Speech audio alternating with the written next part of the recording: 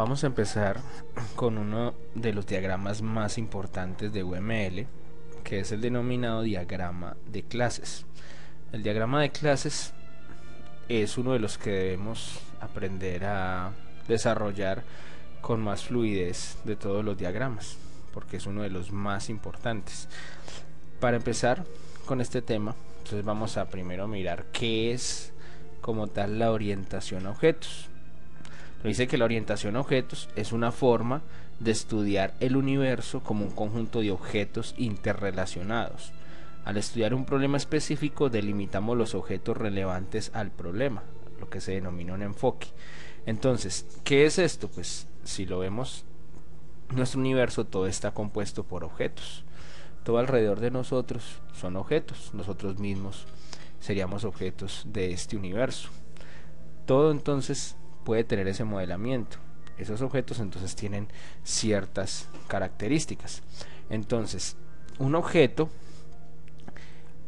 como tal es un componente del universo, entonces que presenta tres cualidades básicamente. Entonces, estos objetos tienen tres cualidades. ¿Cuáles son esas cualidades? Vamos a comenzar con la primera de ellas. Todo objeto tiene una identidad.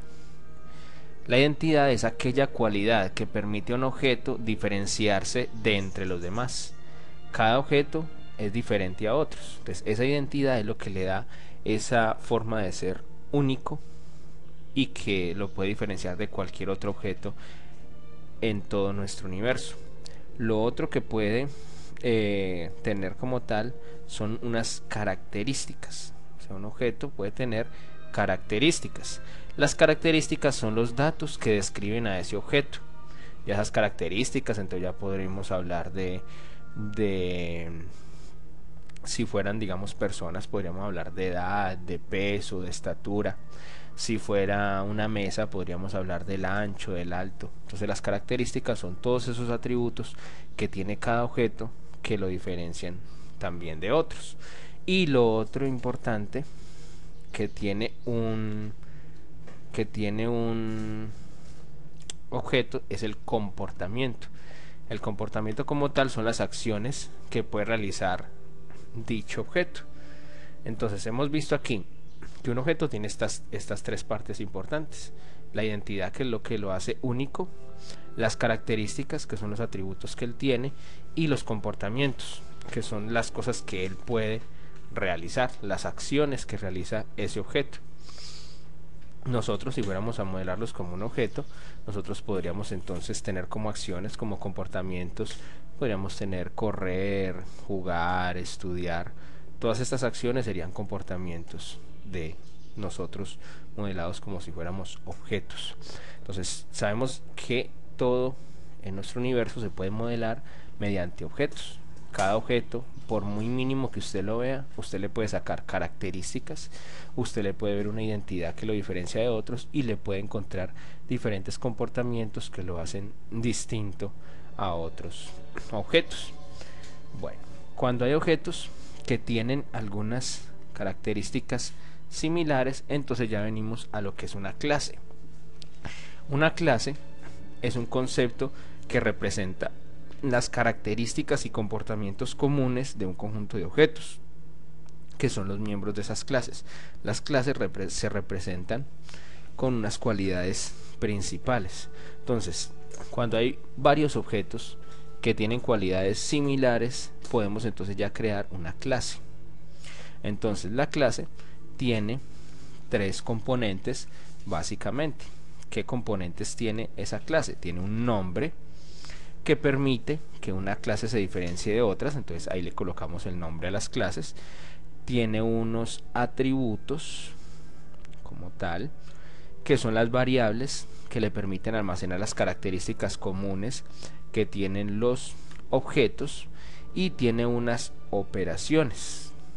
Esas operaciones entonces son las acciones que pueden realizar los objetos que pertenecen a la clase. Aquí podemos ver entonces un ejemplo donde dice: la clase se llama curso. Entonces esa clase es un conjunto de objetos.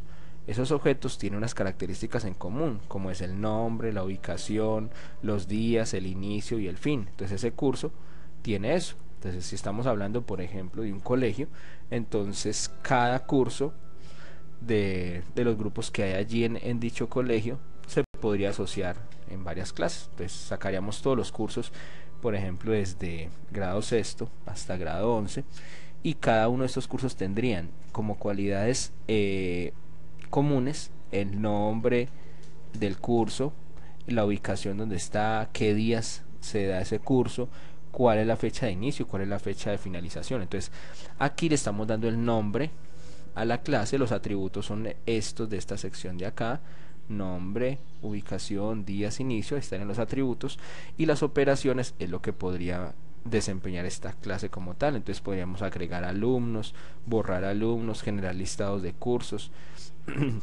si está completo o no el curso. Entonces son operaciones que se pueden realizar por medio de estos atributos. Estas operaciones las hacemos sobre estos atributos que tenemos acá. Entonces a esto como tal es lo que llamamos una clase. Vamos a ir entonces detallando un poco más lo que son los atributos. Entonces los atributos representan propiedades de la clase y se encuentran en todas las instancias de las clases. Entonces los atributos, como acabamos de ver, es lo que diferencia a unos objetos de otros. Define la estructura de una clase y sus correspondientes objetos. Dentro de una clase los nombres de los atributos deben ser únicos, aunque puede aparecer el mismo nombre de atributo en diferentes clases.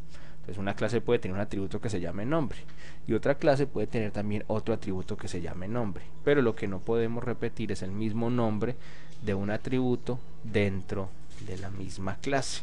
Entonces ya sabemos que las clases son esos conjuntos, eso que nos permite a nosotros agrupar un conjunto de objetos que tienen algunas características similares, ¿sí?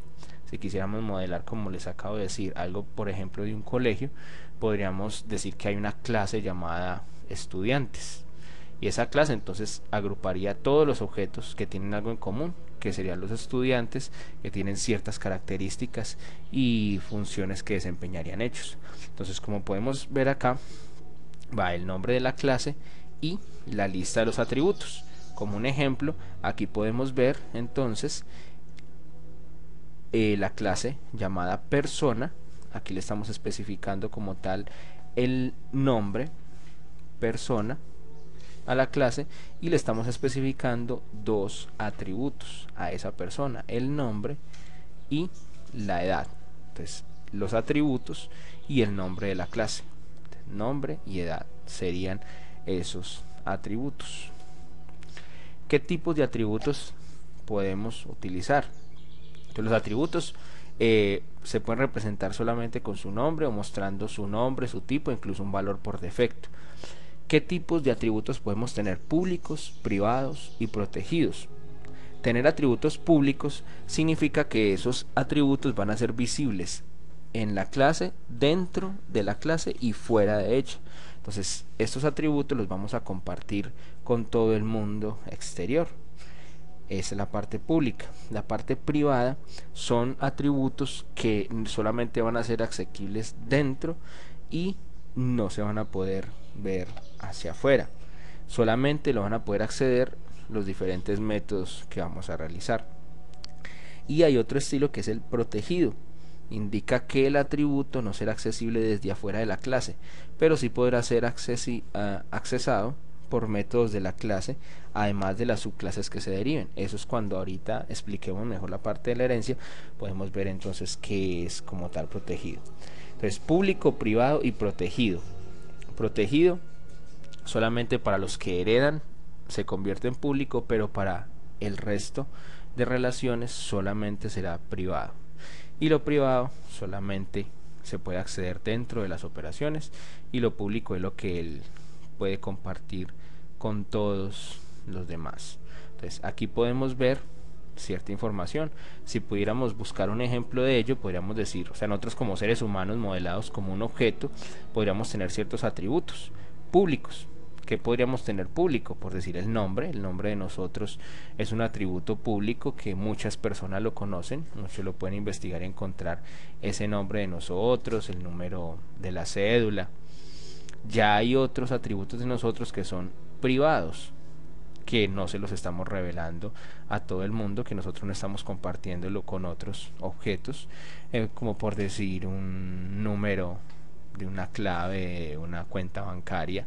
No vamos a estar compartiéndolo con muchas personas, y hay cosas aún más privadas que no se las contamos a nadie más. Entonces serían atributos que tendríamos que son privados, y hay otros que son protegidos, que no queremos que muchos lo sepan, pero de pronto quienes están más cerca de nosotros, sean nuestros hijos, nuestra esposa, nuestra mamá, el papá, podría saberlo. Por ejemplo, la fecha de nacimiento de pronto podría ser algo que no queremos decírselo a muchas personas, pero que los que están cerca de nosotros sí conocen esa información. Entonces, eso podría ser, digamos, un ejemplo de lo que son estos tipos de atributos públicos, privados y protegidos.